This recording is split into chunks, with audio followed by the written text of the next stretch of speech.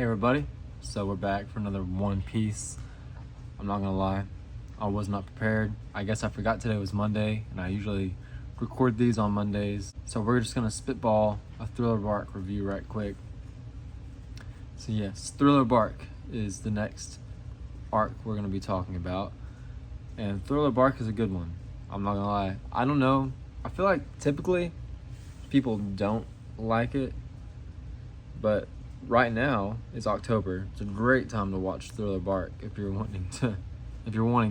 It's one of the longer ones that isn't like crazy long, like post time skip where I'm at now. The arcs are very long. Thriller Bark consists of 45 episodes. That's a lot of episodes, people. Is it a little drawn out? Yes, but it's a lot of fun. There's a lot of stuff going on.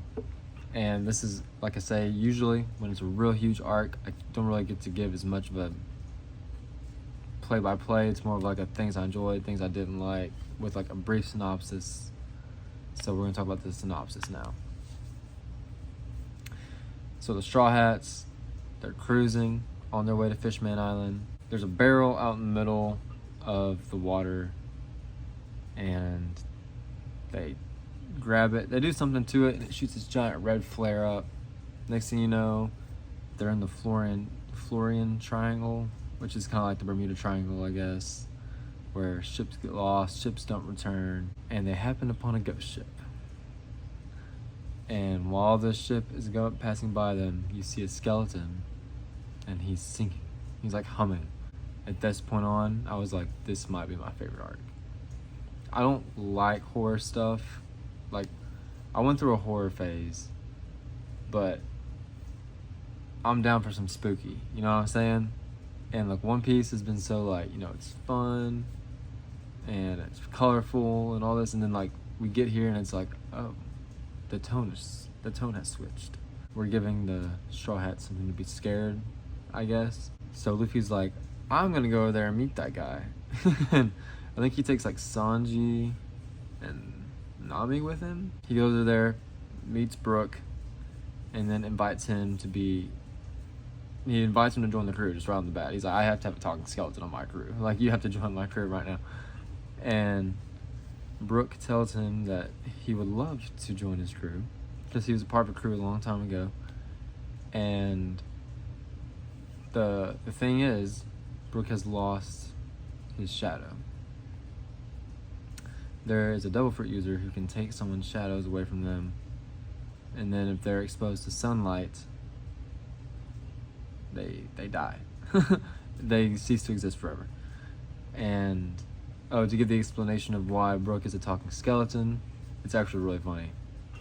He ate the revive fruit, which is, I guess it's tactical once. It works once, I guess. And he was out in the middle of the sea, out in the fog, and he died. And when his spirit left his body, it was so foggy, the spirit couldn't find his body, so by the time his spirit found his body, he had decayed. It's actually a really funny story. I think it's hilarious. I forgot to mention I got this G Fuel One Piece shaker. I used to do a lot of G Fuel on my channel, and I hadn't in a while, but when they announced this, I had to get it. I think Luffy decides, you know what, well, we're gonna go kick the guy's butt who took your shadow, and you're gonna join my crew. We set foot on Thriller Bark, which is the island, which is actually a ship, a giant ship. And the villain here is Captain Gecko Moria. And this, I was telling someone the other day, this is the arc of annoying laughs. So many annoying laughs. Gecko Moria literally laughs like, that's how he laughs, and it's very annoying, and he laughs constantly. He thinks everything he says is funny. And then his like doctor dude, whose name is like Dr. Hogback, looks like Danny DeVito. Would be a great fan casting, by the way. I do some fan castings on here sometimes. His laugh is like, whoos. And it's like, what are y'all? This is like where I clocked. People in this show have really annoying laughs, actually. This arc is where I'm like, this is over the top. And then Perona laughs like or something like that, and it's like, y'all realize the sounds that are coming out of y'all's mouth. A lot of stuff happens. A lot of the Straw Hats get their shadows taken away from them, including Sanji, Zoro, Luffy. They're the big three. I kind of want to think Robin did, but I don't remember for sure. Along the way, there's a lot of stuff. Luffy ends up being like a giant zombie to somehow becoming like zombie Luffy or a monster Luffy, whatever you want to say. Zoro has a very, very cool fight with a samurai whose name I need to look it up. He's actually like from a different manga that Oda had actually done, because I actually read that before I started Thriller Bark, and I was like, oh, I recognize that name. Ryuma. He was like a dead zombie guy. Zoro has to fight. Very cool. He ends up giving him his blade as like a sign of respect. Like, you're the only other person who should have my blade. Very cool.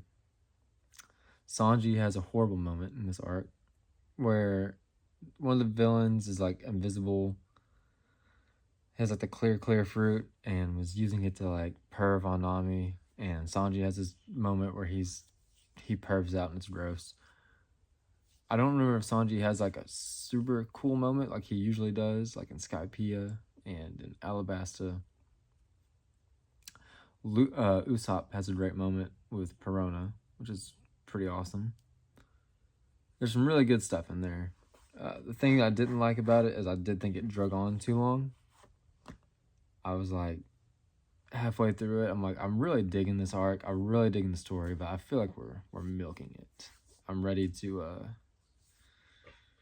see Luffy kick this guy's butt. You know what I'm saying? I don't even know where to say Thriller Bark even ends, because at the end of everything where like Morio's been defeated, enters Bartholomew Kuma, who was a warlord of the sea, one of the 7 warlords.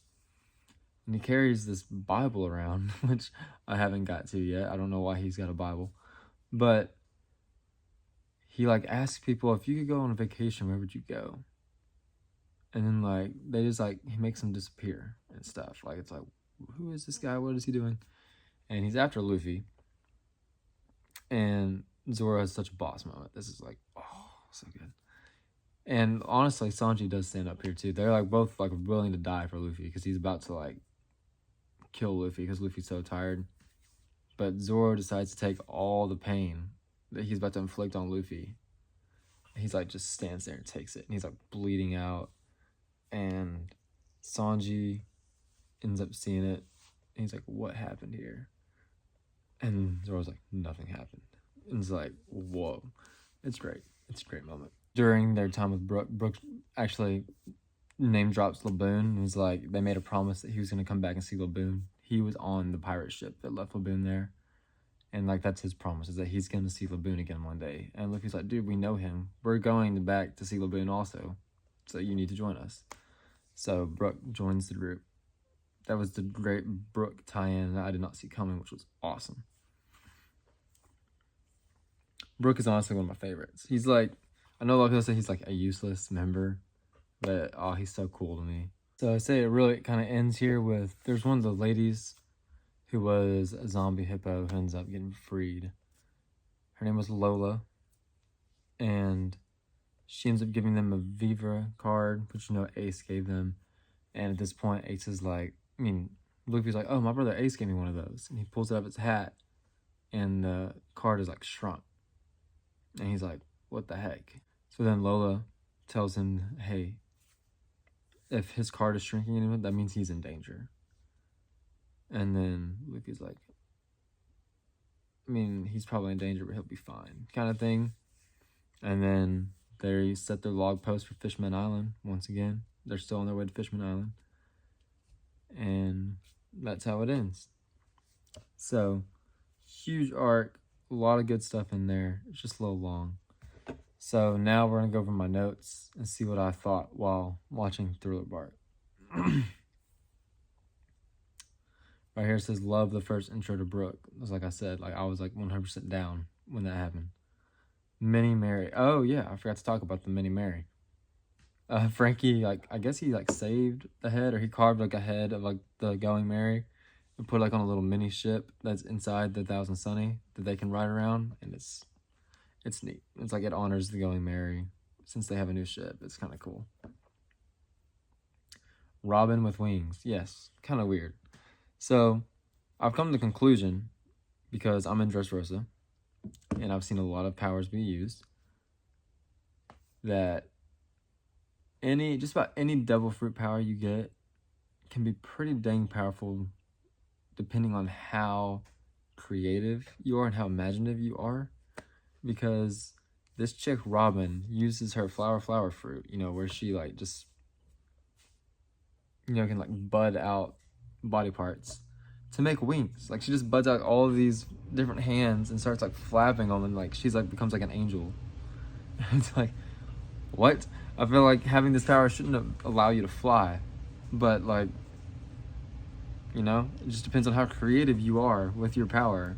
Like you can do a lot of different things. So remember in Enies Lobby, I said something about, so Sanji just has fire kicks or whatever. I also right here, so Sanji apparently just has fire powers, apparently, because there is a scene where he just like gets mad and like sets on fire. Just cartoon logic, I guess.